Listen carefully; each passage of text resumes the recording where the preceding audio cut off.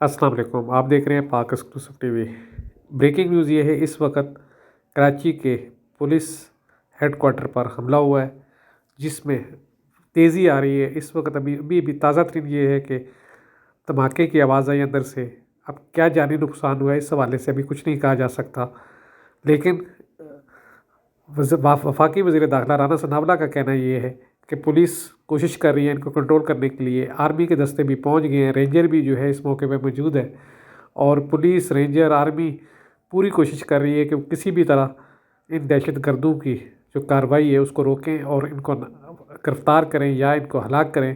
اور اس حوالے سے جو ہے وہ تینوں اداروں کی طرف سے تیزی سے کارروائی جاری ہے۔ جو پولیس اہلکار اندر ہیں ان کے بارے میں کہا جا رہا ہے کہ وہ جوابی کارروائی تو کر رہے ہیں، لیکن باہر سے ابھی اس چیز کی تصدیق نہیں کی جا سکتی کہ کتنے دہشت گرد ہیں۔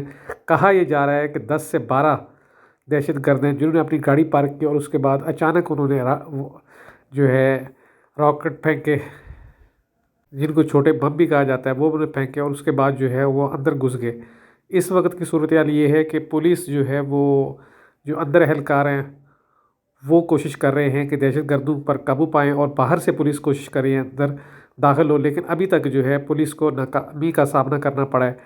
کوشش جاری ہے۔ آپ دیکھ رہے ہیں پاک ایکسکلوسو ٹی وی۔ اندر جو پولیس ہے وہ پوری کوشش کر رہی ہے کہ دہشت گردوں کو قابو کرے۔